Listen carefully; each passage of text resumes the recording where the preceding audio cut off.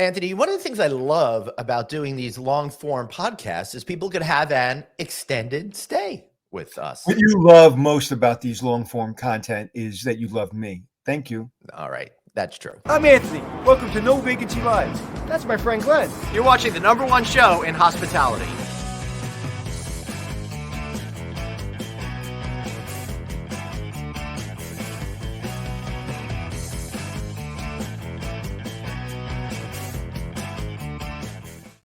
Hey, everybody, welcome to No Vacancy Live. Of course, I'm Glenn Hausman. That's Anthony Melchiori. I'm really excited for us to be here today. Well, actually, neither of us are here today. We decided to put our images into ChatGPT, and this is all fake. What do you think about that, Anthony? This is what I think. I think it is absolutely imperative that you and I go back to Garden City Hotel and do our podcast. I'm sitting here, and for some reason that popped into my head. I know, and we should do that because we're going to be around here for the next couple of weeks before I get back out on the road. I don't know what your schedule is like, but I'll tell you what. Yeah, I'm off the road for a couple of weeks. It's crazy. It's really weird being home right now, but I'll tell you what. You know what's not weird? That people are coming into your hotel 24 hours a day, and you don't necessarily have people to handle those check-ins at every single minute of the day. That's why Avgo, our friends that do the virtual front desk, that's human assisted, is there to help you. Sure, it might be a computer, but they get actual access to real people to have a conversation with. So you get to check in, check out automated, but people can view human assisted to give upsells, upgrades, all of that kind of stuff. Simplifies your life. Please check out our friends at avgo.com. For our audio feed listeners, that's AAVGO, Avgo Virtual Front Desk Assistant. So, Glenn. Yeah. I have to admit to you, I was making fun of you last night. Okay. How different is that? So our good friend of the show, Sarah, and I were talking, we're having a meeting. Yep. And she asked me, she goes, how many years did Glenn work in the hotel business? And I started laughing. I go, Glenn couldn't get to a shift at the front desk before he quits by noon. Oh, that sounds like a challenge to me. I might make it to 12:15, dude, just to spite you. And she said, why? I said, because he loves people, but he doesn't like them. So I was ready. That sounds like me. So I made fun of you for a second, but then I said, nah, he can do it. And listen, one of the things I regret is never being in the hospitality industry, but today is exciting because people that are focusing on the hospitality industry are listening to us with a special simulcast. Of course, I'm talking about the folks over at Fort Pearson Central High School in Cobras, which is in Florida. Dr. Producer Stan is running a great program for them, and they're seniors in high school in the Culinary Academy. How cool is that, Anthony? It's everything that we should be doing, and it's everything that it's amazing about this industry. We can get kids at a very young age to really fall in love with this business. Yeah, absolutely. And I'll tell you what, I hate that we've got such a great group and now our guest is not going to look nearly as cool as us doing that with them. Of course, I'm joking.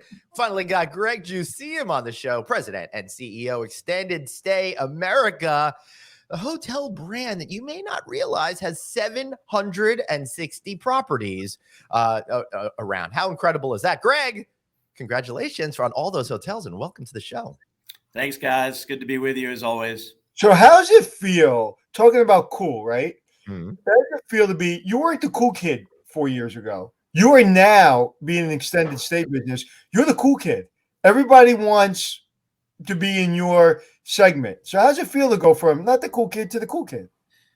Anthony, it's a new experience because I've never been the cool kid. So this is okay. I was hoping you would be, so we could live vicariously through you. No, you were talking about your high school students in your audience today. Nope, sorry, wasn't then, and may not be now. But what is cool, to your point, is extended stay, and what is also cool is the economy segment.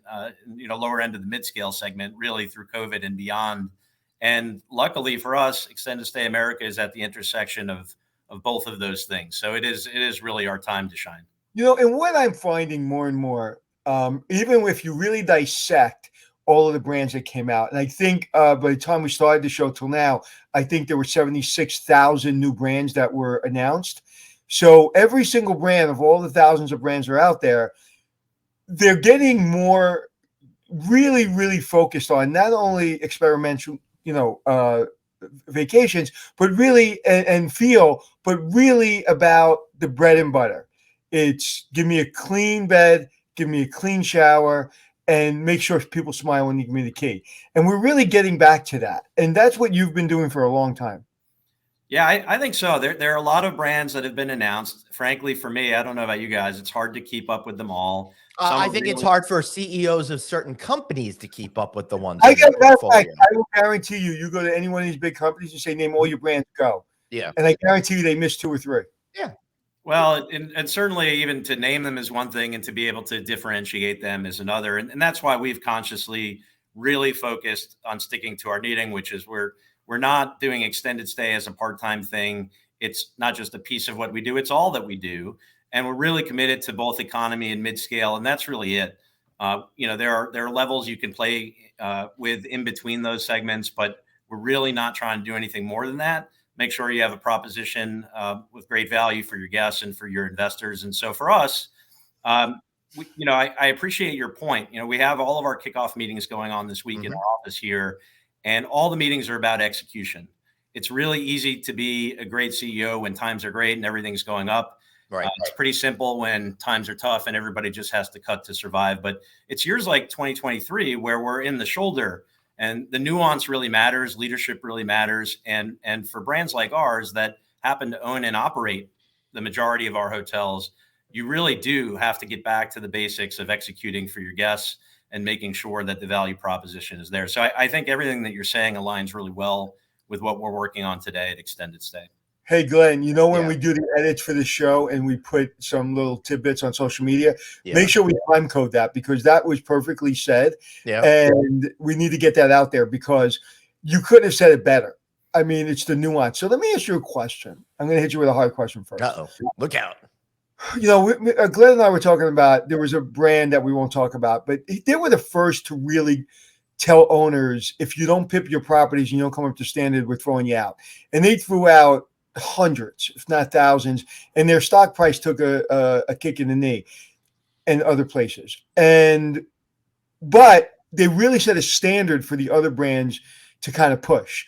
So what do you do when an owner, could be a really good owner that, it's been a great business relationship, they pay their bills on time, but they're just not keeping the standard, the nuance of what you're talking about. How has that happened recently, and how do you go about dealing with that? And let me just set the context for you, Greg. Out of the 760 property, there's only about 100 that are franchised. You own the rest, so y'all gotta put up, and before you make others shut up, right? Yeah, I think there's thank you for the question. There's a little bit of a distinction between what we do in our experience and the other brands, not all other brands, but most other brands that are asset light, right? So if they want to increase a brand standard, they could put it into their FDDs, they could put it into their brand standards, expect owners to do it. All of that expense from that new standard comes out of the owner's pocket. And so first, I think you want to, when you create a brand, make sure you understand what your minimum standards are, the ones that you're willing to die for, the red lines, right, Anthony. And if an owner doesn't want to do that, then they really don't belong in your brand. But for all of the other standards that are about elevating the guest experience, making sure that your brand quality is improving, you have to be really thoughtful about that. And if you're purely a brand and you don't have any skin in the game, you're more inclined to want to just continue to increase the cost for the owners. In our case, at Extended Stay, we own and operate, many people don't know this, 660 out of the 760 hotels in our system. And so if we're going to create a brand standard for an owner and ask them to spend $1, we ourselves have to do it. We're living by the same standards. And not only do we have to do it, but we have to do it 660 times. So it really forces you to be pragmatic about the standards that you have and be convicted, if you're going to make someone else do it, that you also are going to have to put your money where your mouth is. And I did not know that you own most of your properties, but that is a model that is so outdated, and so many people, and it's not, I think it's a good model, and I think for all the reasons you just stated, but why do you own all those properties? Why didn't you take the model that everyone else took? Yeah, and I think over time it will smooth out a little bit, because our franchising engine is only 5 years old, Anthony. So, as background, Extended Stay America for the first 20 plus years of its existence was one brand, all owned and operated. And about 5 years ago, we began the franchising business. It was our first time, and we sold a few hotels that we owned to some institutional investors that really wanted to get into the brand. They believed in our leadership position, and we've been slowly growing it from there.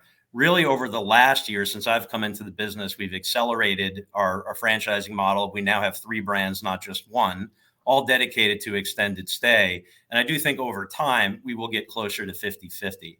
But, one view is of owning and managing is exactly what I was saying earlier. If you don't own and manage, then you can easily become out of touch with who you are, what you do. You have a little bit more control over the quality and consistency if you own and manage. And again, you can raise brand standards beyond where your investors want to be, or create a new value proposition that is less enticing for guests. So for us, you say outdated, yes, we are a rarity, but there are certainly advantages to owning and operating, and not just. And when I'm outdated, I didn't mean, maybe that was a poor choice of words. Who's the owner of Extended Stay America? So today we're owned. We're a private company. We were a public company until about a year and a half ago. We were privatized. It's a 50-50 joint venture between Blackstone and Starwood Capital. So I'm sorry, Glenn. Go ahead, Glenn. So I did want to add just a little bit more context to everything that Greg is saying over here, is that the company has been doing franchising for 5 years, but they didn't introduce a newer prototype till December 19, January 2020, in that range. And then, of course, things kind of got a little sidetracked for a little while there. Then you came in as CEO, I believe, in February of last year. So it may be 5 years, but it's only a lot less time to get this this growth engine really up and going, right, Greg? Yeah, I think the franchise business got started, but it wasn't long after that the company was going through a process to privatize. And so I think the commitment, the full commitment, full-throated company investment in the franchise model is a little bit newer in that 5 years. In the last year, we've tripled the size of our franchise team, not just the developers that bring in new hotels, right, but those that service the owners that we have. We spent a lot of time with our current owners. They're incredibly excited about the growth in that area. And of course, now we're speaking to many new owners who are getting into either the extended stay business for the first time, or the economy mid-scale segment of the business as well. Understood. Yeah. Makes sense. It certainly does. And Extended Stay America is really one of those hotel brands that were in there before anybody understood what extended stay meant. So you're already deeply rooted within that community of travel buyers that are looking for that particular type of product. Since you've come into the business, shoot, man, a lot of your former brand has got like an extended stay product. Everybody is introducing them. I think, I'm just sort of joking. 35 brands were introduced last week into this segment. How has the marketplace changed for you? And what are you thinking about your approach strategically to kind of head off the path of some of these massive companies with all those brands that they can't remember, and how are you going to compete against them? Yeah, I think it's a really fair question. There are a lot of brands that are announced. I don't know if it was 35 last week. It might have been. I'm just kidding. Might have been 45. Yeah, right. For all I know. But I do think what most people don't realize is that extended stay has been doing well for a long time. It just hasn't been discussed, hasn't been talked about. Yeah. I looked at we had, of course, the Alice convention last week, and I was doing a panel, and it was very much focused on new supply. So I pulled up some of the Highland reports that we have at our Access. And Highland is a company that's been tracking extended stay since before anyone knew what extended stay was, like 25 years or something. Right. Yes. Thank you for that, Glenn. And it's interesting. Supply in the extended stay segment is up 40% in the last 8 years. Nobody was talking about it, to Anthony's point earlier, about it being cool now. But those that have been in it have loved it and have continued to invest in it and to grow it. And so that supply increase, you would think, holy cow, that's a lot of new hotel supply. But demand for the segment's up 43% over those 8 years. And extended stay hotels, which traditionally run about a 10% occupancy premium over the industry, even with all that new supply coming in, we're able to absorb it with demand. And if you look at the total U.S. inventory of hotel supply, purely extended stay hotels are only about 10%, which is amazing. There, in my view, is a lot of room for that pie to grow, which is why I don't so much mind that there are new entrants, because the more people come to recognize the value proposition of extended stay from a guest point of view, the more people will want to stay in it. So I think we have, I don't want it to double. I'm not excited about, everybody coming into the segment, but Right. I do think that there are benefits to it. And I do think that the guest proposition will allow that new supply to be absorbed by continued demand in the area. Speaking of new supply, according to Logic Econometrics, still, this has been going on for 2 years. About 1/3 of the new construction pipeline is dedicated to this specific industry segment, depending, extended stay. I mean, it could be upscale, mid-scale, economy, et cetera, et cetera. Yeah, I think there's Yeah. lots of room to it. And the other piece of it, and we learned this directly at Extended Stay. I mean, for 25 years, we were just one brand. We were sort of straddling the mid-scale and economy segment. And we thought about extended stay as just one monolithic, long stay segment.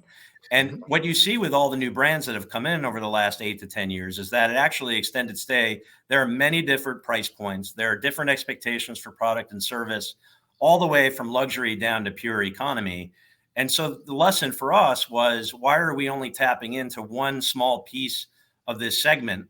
So let's go into mid-scale. Let's go into pure economy. Right. Because think about like a $20 price point difference per night. A guest that's staying for 30 nights, that's $600 a month. That is a very different guest at $20 more or less a night. And right. so that really starts to add up over that month. It absolutely adds up. And the $20 spread is just one I picked out of the air. But totally. The reality is, between luxury and economy, it could be $100 spread. And so you really begin to see, like you see in the transient hotels, that there's a lot of stratification opportunity within extended stay without necessarily diluting your customer base. Right. And this is very symbolic of any industry that grows over time, where you start to cut up that audience to focus on more specific people. If you just look at magazines in the 80s and 90s, or television when cable really took off, we went from 3 major networks, and they added a 4th, and I forget about UPN and WB. But then you start to get all these cable channels that specialized very specifically. So it's kind of the same thing in the hotel industry. I want an extended stay hotel, but now that's not good enough. Now I want one that has the price point and the amenity and services that fit me as an individual. Yeah, it's there. I mean, I hope we don't get to like ESPN 8, ESPN 9, or whatever. ESPN, the Ocho. But there's definitely room for it. And we're seeing it right now. Our brands, the spread is between $20 and $25 each between the 3 of them. And the overlap is very, very minimal. So there's more customers that we can serve out there under our. So what does that realistically mean in terms of what people should be expecting at each one of your 3 brands? I say this because I think when you have some of these companies that have dozens of brands, consumers don't understand the difference of them. It's really a language that's speaking to developers and the franchise audience, as opposed to the actual consumer, right? Swim lanes is not something that people understand. Has to do with them trying to have different price points in the hospitality industry. They think it's about going to the pool. So, Greg, how do you differentiate your properties to not get muddled into that kind of problem? I think it's a really fair comment, Glenn. We do often, it's a lot easier to explain to a developer what the difference is between the 3 than the guest. I think that's probably true across all brands. Right. And for us, for the guest, price usually does matter, right? So they're going to look location first, then they're going to look at price point, and then they're going to research what amenities are important to them. If somebody wants a hot breakfast and they want a swimming pool, that's going to be apparent to them relative to someone who is purely on a budget, just wants an oversized room with a full kitchen and fridge, who doesn't need any of that. They don't even want your coffee because they're going to make it in the room, or they're going to go get it on the job. And so I think really for the guest, it's a matter of bringing them into the ecosystem of the company, which is why we call all our brands extended stay something, because everybody understands we're the first mover and the leader and the pioneer in the segment. So you bring them into the ecosystem, then you show them the different locations, price points, and amenities. And based on their stay occasion or their budget or their needs, then they can pick. So that's really where, once they get into the ecosystem, whether it's at the call center, whether it's online, on the app, that's where they get to see the differentiators and make their choice. Right. What's your average length of stay? It's a little misleading. So across our brands, our average length of stay is 14 days. But of course, averages are averages, right? Your students in the audience will tell you that. And we don't find too many people that actually stay with us for 14 days. We have a segment that stays 1 to 6. They just prefer the bigger room. We have a segment that stays a month because they're on a project or on a job, construction or some IT project, and they're going to be there a month. And then we have a whole nother segment that in essence is sort of in transition and is kind of living in the hotel, whether that's for a few months or in some cases over a year. And it all kind of averages out at 2 weeks, but you don't find that the true median is 2 weeks if you do the math that way. Yeah, and you know, one of the things about this segment, especially your brand, when people are laying wire or they're building buildings or they're building highways, I mean, you're an absolute essential business for them because you really can't get your crew out to wherever it is in America and flying back and forth to home or or rent apartments for the month and not have all the services that you guys provide. So what part of your business segment is project management or projects? It's a huge part of our business. You know, B2B is really what the company was built on. Right. And still today, it's roughly half of the business. And, you know, you speak about construction projects. That's a huge segment for us. Traveling nurses is a huge segment for us. You know, the infrastructure package, which was passed now a couple of years ago, is a little slow to deploy, but coming. And that pushes directly into extended stay. And so it's really critical for us. And part of the reason that you saw extended stay hotels, whether it was our brand or others, do really well through COVID was that the people that kept America moving are exactly what you spoke about, Anthony, sort of local, regional, project-based people, transportation industry, like I said, traveling nurses, people visiting hospitals, unfortunately, if loved ones have a procedure that need a place to lay up for 3 weeks. People that don't want to have to make a commitment, right? We're in a bit of an uncertain time in the economy, Right. and people don't want to or can't afford to buy a house, and they don't want to sign a 2-year lease because they're just not sure. Digital nomads, people that are no longer tethered to an office that can do a Zoom call for work out of, you know, they want to go to Malibu for a month and work out of there, and then they want to go skiing another month and work out of there. All of that is temporary. And we're in a temporary time in the economy because of the uncertainty. It really does point to renting things. And Extended Stay America, for a large part, is a rental business. Yeah. Makes sense. All right. So let me ask you, I'm looking right now. You've got a new property coming soon to Fredericksburg, Virginia, right? So how do you enter a market and start to find that type of extended stay business that's not the 50% coming through the website? Yeah, that's the hardest part. That's the hardest part about getting set up in extended stay is really that roughly 6 month ramp up period. Because once you have the guests and people know that you're open for business, they tend to stay, of course, longer term because that's what we do. So you got to get them in and then build awareness in the market that you have a home-like environment where people can stay for extended periods of time and be comfortable. So it's really about the ramp up. So for our brand, we have over 100 people that are dedicated to just sales, project sales in our company. You know, others will come in from other brands and they'll look at that and they go, wow, you have 100 people that are either nationally or regionally based. And they might think that that's a lot, but that is what it requires. And when you open a hotel, that first year is very, very critical. But once you find that you've got your base of customers, these hotels run fairly high occupancy and it tends to be very sticky from there. Yeah, and the first person that gets the construction company that just signed the deal to build wins. Right. You have to be out there. I mean, when I started my career in sales and I started back in the time you both will remember where you would get in your car and you would drive around to construction sites. Yeah. These days, you know, I get laughed at like a bit of a dinosaur, but you still need to do that. You can use technology and all sorts of different websites to find projects and to find where permits are being deployed. But it nothing to me still beats getting out there in your market and talking to local constituents and trying to figure out what's happening next. It's important. Not only that, Greg, get in the car and see who's parked in the other parking lots. That's something that we don't see and talk about anymore because those trucks love the name of the company they work for, right? I was working for a development. I was dealing with a development company, and I was looking at this property or this piece of land. And I remember walking around. We were worried about this construction project that was happening not too far away. And just by being on the ground, I started talking to a couple people over at the project, and I saw them kind of like there was nobody there. There's just a couple of people. And I was like, what's going on? I thought you guys were doing, developing. He goes, yeah, we lost our financing. I wouldn't have known that. Like, I wouldn't have known that. So there was an opportunity, one, to tell the owner I worked for, hey, you may want to buy that piece of property, or don't get, let's get up and running quickly because they're behind the ball.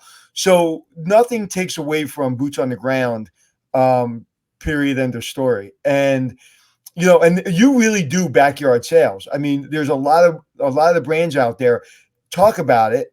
There was the competitor to you, well, kind of a competitor that I developed a hotel for. And I remember them saying backyard sales. That's great. But what, like I was still in an urban market dealing with ABC and different companies that aren't project based.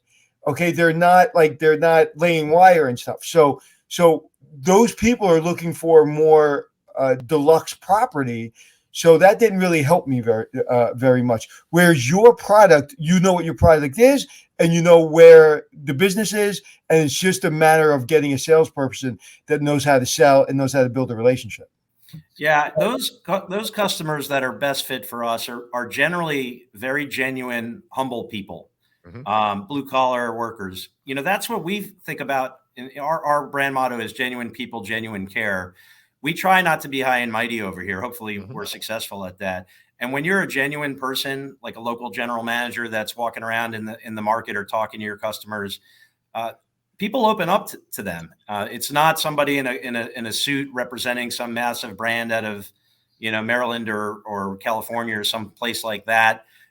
They're just much more comfortable speaking on a local and regional level with our folks. And we do a great job at it. And so I think that helps, the ramp up and the continuation. So during the pandemic, when everybody, all your companies were kind of still pretty busy, especially traveling nurses, how far did you guys fall off in, RevPAR?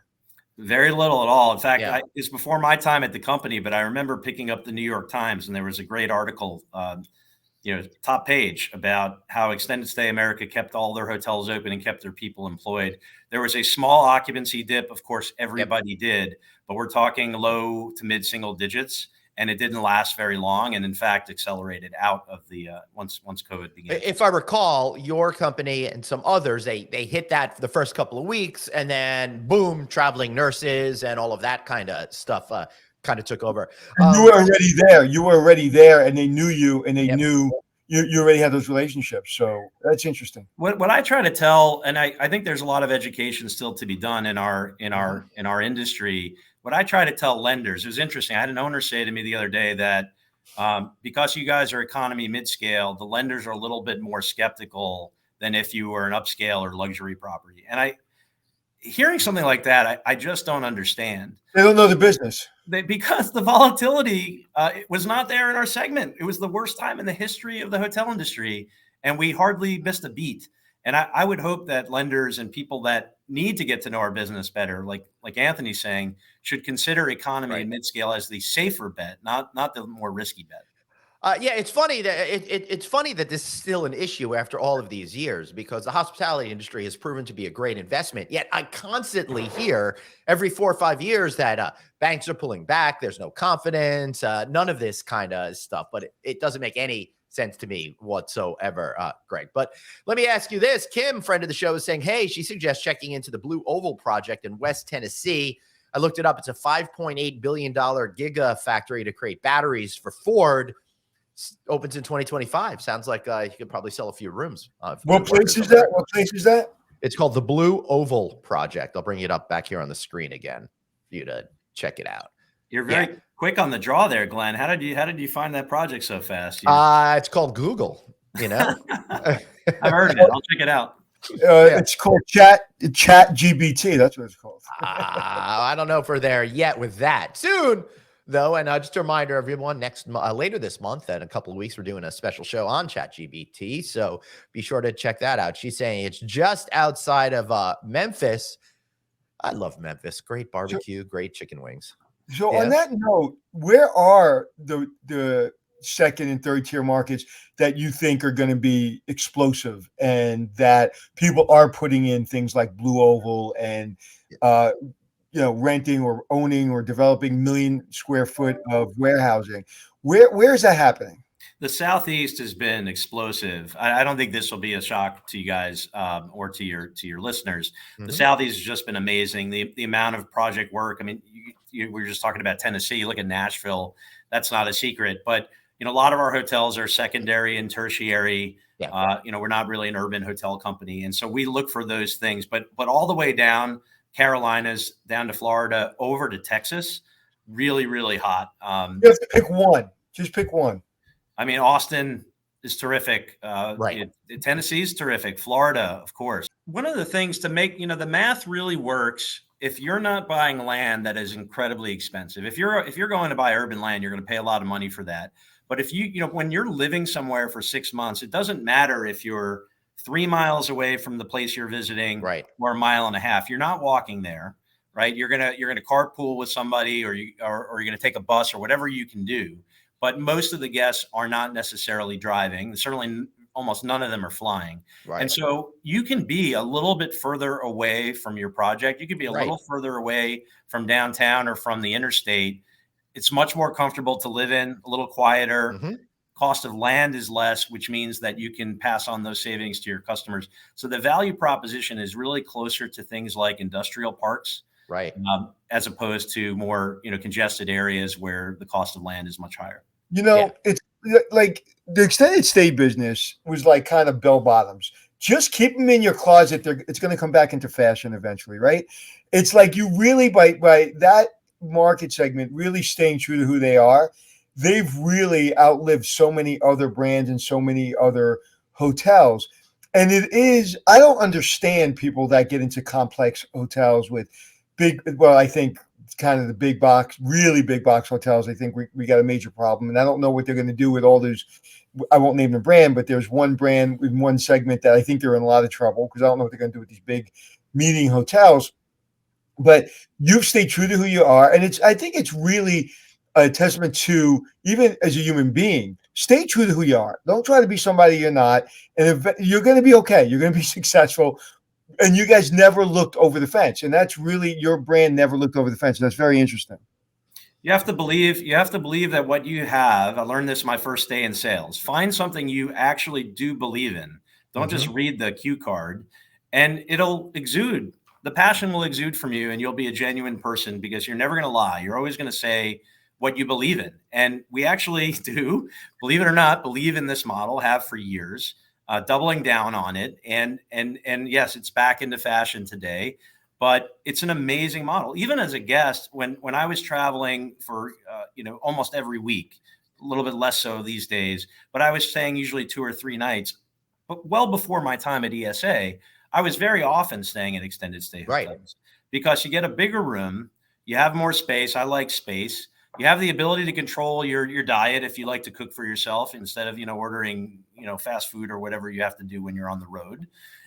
Sometimes you get 2 rooms, right? So people that travel with families have the ability to segment out the kids in one area and the adults in another area. And the funny thing is, you're very often paying a lower rate than you would at a transient-oriented hotel where you have 180 square feet and you can hear what's going on all around you. And so I just have always felt it's a great value proposition as a guest, and I think more people need to come to the segment because they're gonna agree ultimately. Yeah, I've been doing that. I've been doing that too. And additionally, I also like in Orlando, you stay at a timeshare resort and you could rent it like a hotel room, but it's massively sized. I love these hotels that charge you $800 a night and they still charge you for Wi-Fi. But I can go to a $75 a night hotel and they don't charge you for Wi-Fi. Yeah. So our friend Travis Burns, he specializes in extended stay over for Aimbridge. He says, we've had to approach some lenders with the thought that it's a multifamily with an occupancy tax and a higher yield. So there still seems to be a lack of understanding.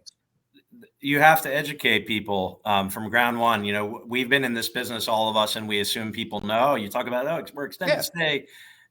You just have to start sometimes at step one. And I know Travis, the world that he lives in, he has to do that too. So I think you have to start at the last step. Show them the net.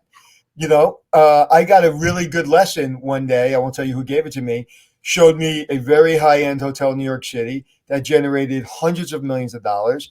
And then a smaller hotel, 177 rooms, no food and beverage, no banquets. They made more to the bottom line than this hotel that was generating hundreds of millions, and they were generating maybe 60 million, Right. and they made triple net than this major hotel. So to me, you don't start with number one. Here's the net of what you would make here. Here's the net of what you would make here. Who do you want to be? Are you ego invested? Okay, so if this is an ego thing, if this is an ego play, I'm not for you. Right. But if you want to make money, this is for you. And do you want to make so much money that eventually you can buy an ego hotel? Yeah, we talk a lot about that. What is a fiduciary responsibility versus ego investing, and where do the two lines meet? I do understand, because I've been involved in past lives with some Right. luxury properties. If you believe that the real estate is that irreplaceable and it will appreciate, that's an investment strategy. Sure. That's not a cash flow strategy to me. But that's not our owner. For us, it's all about operating steady cash flow, high yield properties. And the land, if you can get land that appreciates over time, that's wonderful. It's cherry on top, versus the other guys that may be doing the other thing. So I mean, there's room for both, but clearly we're in one segment and not in the other. So Yeah, who is your investor? I'm sorry, Anthony. You want to continue? Go ahead.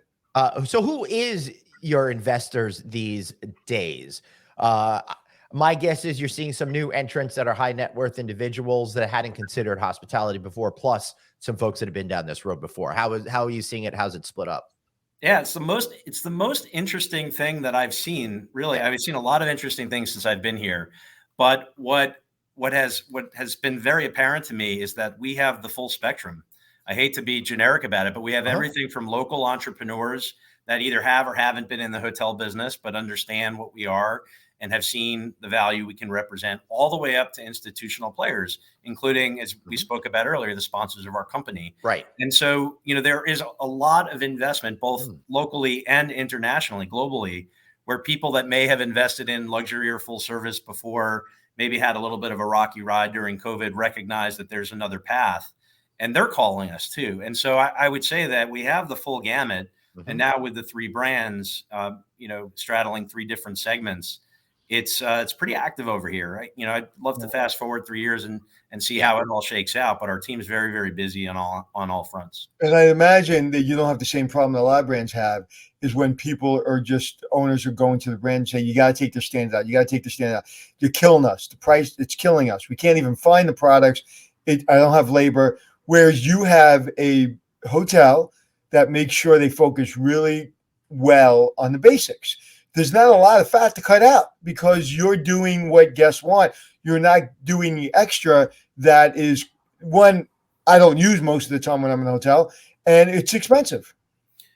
Yeah, if we're going to have something in a PIP, property improvement plan, or if we're going to have something, we're going to increase the brand standard. We believe in it wholeheartedly. We've probably tested it in our owned and managed assets, and we know that it will add value ultimately to the brand and its reputation. And so we are convicted behind everything that we do. And by the way, are also convicted on the things that we don't do because we don't think it adds any value.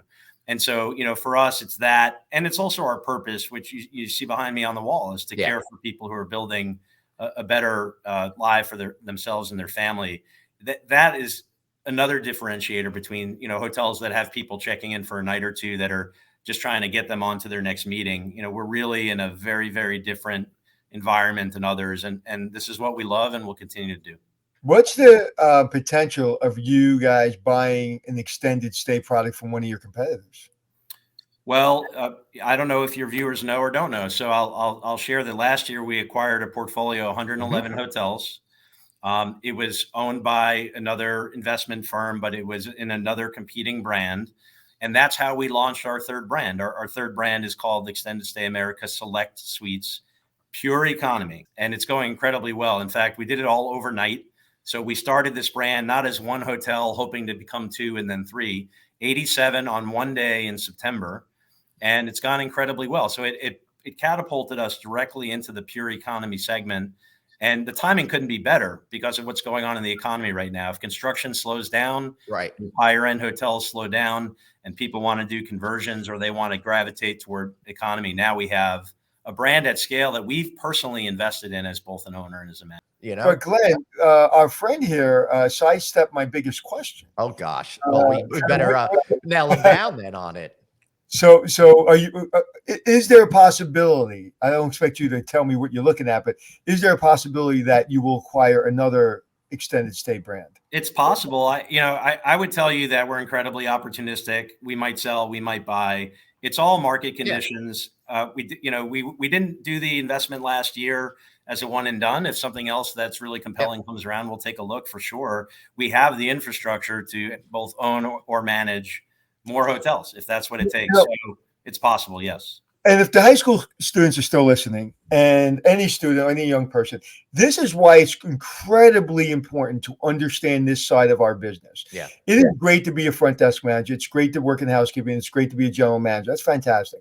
But if you don't understand what's above the roof and how hotels are moving, because I know anytime my hotel is about to be sold or the company is about to be sold, I almost got offended, that how dare you? Like, we put our heart and soul into this building and to our guests, and you're going to sell us? Will you just for profit?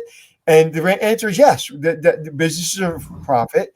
And so you have to have that mindset. It took me a while to understand, probably when I was the first vice president of Tishman Asset Management, when I started realizing this side of the business. And then you got to somehow still have the emotion, but also understand it's a business. Yeah. And Greg, I could see you guys, Mark Williams and the development team over there selling like a select property in a market where you already have a hotel. And if it's a much older asset, you could probably change that over to, he could sell a Premier, and then you could change one of your properties to a select, for example, that's been around for a while, and extend the lifespan of it while continuing to add to your portfolio. Yeah, there's all of those options are always out there, and we're constantly rationalizing the portfolio. Just last month, we took 6 of our core ESA Suites products, our longstanding brand, and we upgraded them to Premiers because we see opportunities there. We've piloted moving some of our hotels down into Select in certain markets where we think that's a better model. And so you're always looking at optimizing your portfolio. And to Anthony's point, sometimes that means adding, sometimes that means selling.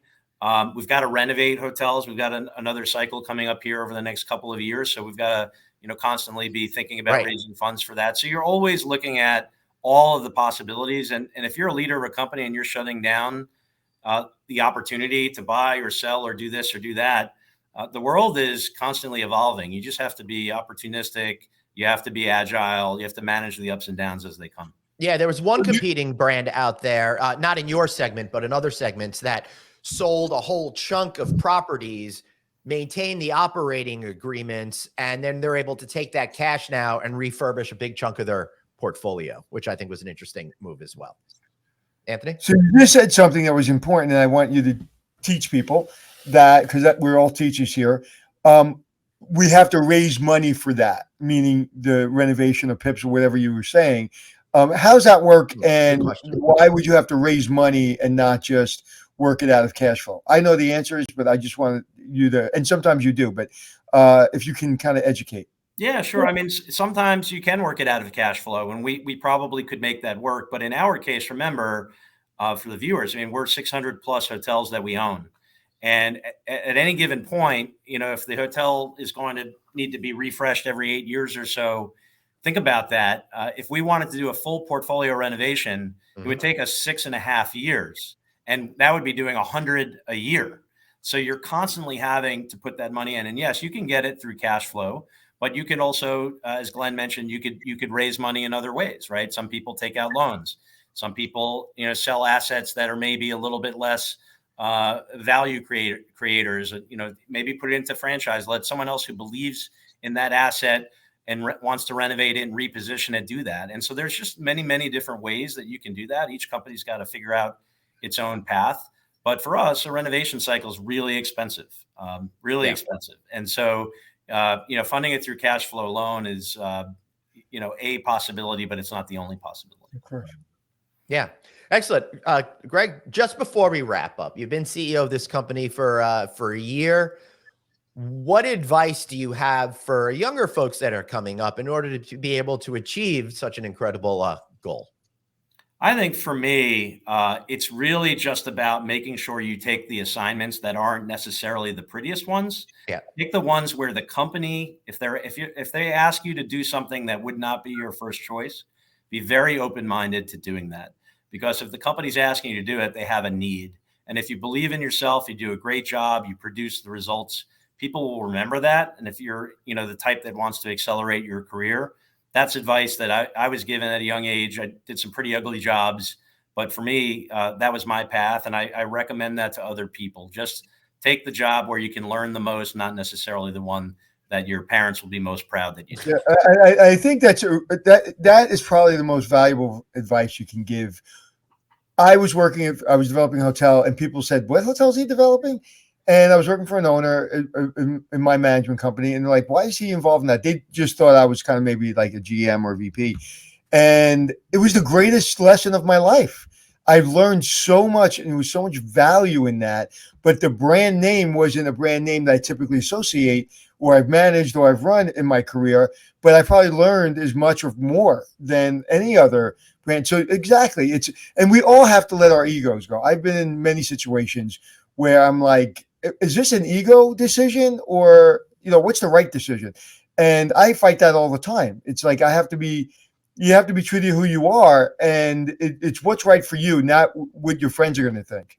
When you interview for the next job, the person that's going to interview you is going to ask you, what did you just do and what did you just learn?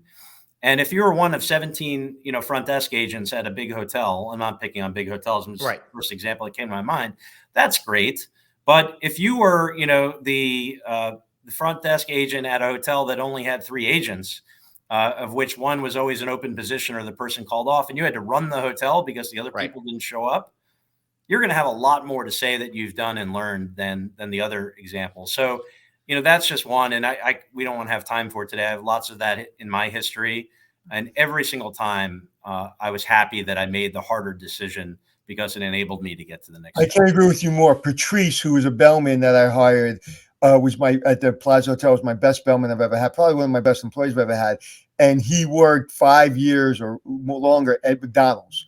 And I had people with Pierre and St. Regis and all kinds of experience. And there was something about this kid that through high school was working and promoted to supervisor that stayed in, and he was not from a good part of town, but stayed at McDonald's, told his friends he worked at McDonald's, and he did a great job. And then when he interviewed with me, the answers he gave me, I can't remember, it was 30 years ago, but the answers he gave me just really convinced me this guy just cares about doing a good job. He's not ego invested. He just wants to do the best job and make his mom proud.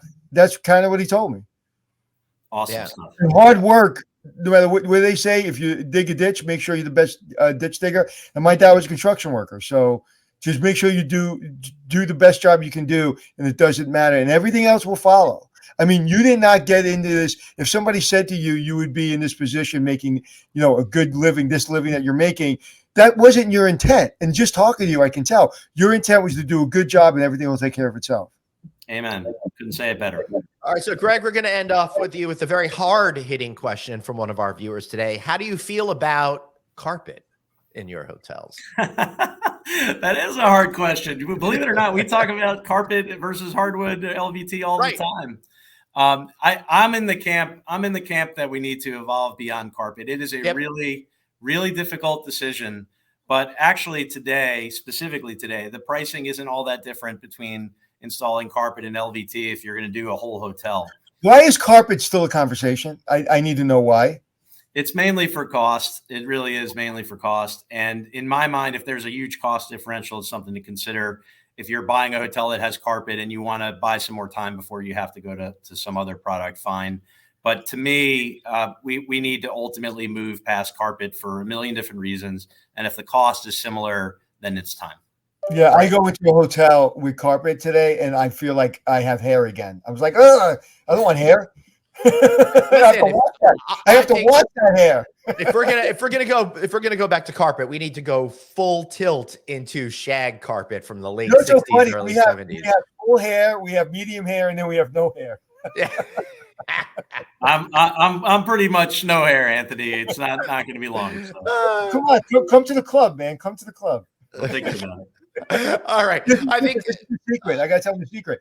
Yeah. When I was thinking about doing it, and I didn't have hair like that, I was like still doing it like comb over. My wife reminded me of the day. She goes, "Remember we used to spray and go like this?" I said, "Yeah, I remember." And get a tan, go on vacation, shave your head. And when I did, I was like, oh, I look good with a tan. I look good with a shaved head. So that's the secret. And you know what? Glenn has hair because he has an ugly head. You have a nice head, so you don't. You know.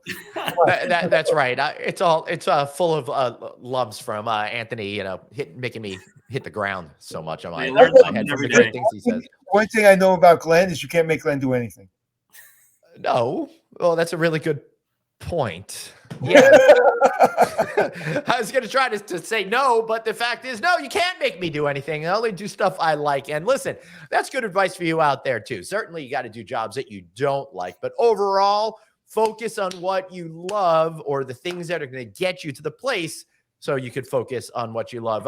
Greg, how can we learn more about maybe getting an Extended Stay America franchise or maybe staying there for 28 to 50 days or whatever it might be? You can find us on whatever device you want, extendedstayamerica.com, ESA.com, or give us a call. We're happy to talk. What's your number one? I meant to ask you this. What's your number, if you can say, what's your number one hotel? What's the hotel you say it's solid no matter what's going on in the world? We built with our own money. We built a brand new Extended Stay America Premier Suites in Chandler, Arizona, a little over a year ago. It's doing super well. That's where we show folks who want to see our latest product. We ask them to go there. We're happy to tour them there. And what town is it? What town is it? Chandler, Arizona, just outside. Wow. Excellent. All right, Greg, thank you so much for being here. Do us a favor, stay backstage for just a minute while we wrap up. All right. You got it. Thanks. All right.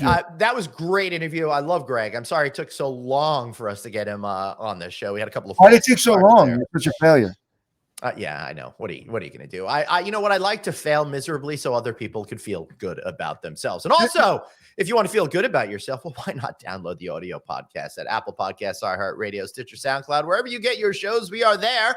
If you happen to be out listening to us right now, take a time, give us a little watch. Find us on LinkedIn, YouTube, Facebook, all those kind of places. And of course, you're home for all of our backload catalogs shows. NoVacancyNews.com. He's at Anthony Hotels. I'm at Traveling Glenn. You ready to go? I am. All right, everybody. We'll see you tomorrow. And remember, until then, you've got one life, so blaze on, and be kind to yourself. See you all later. What's interesting is we always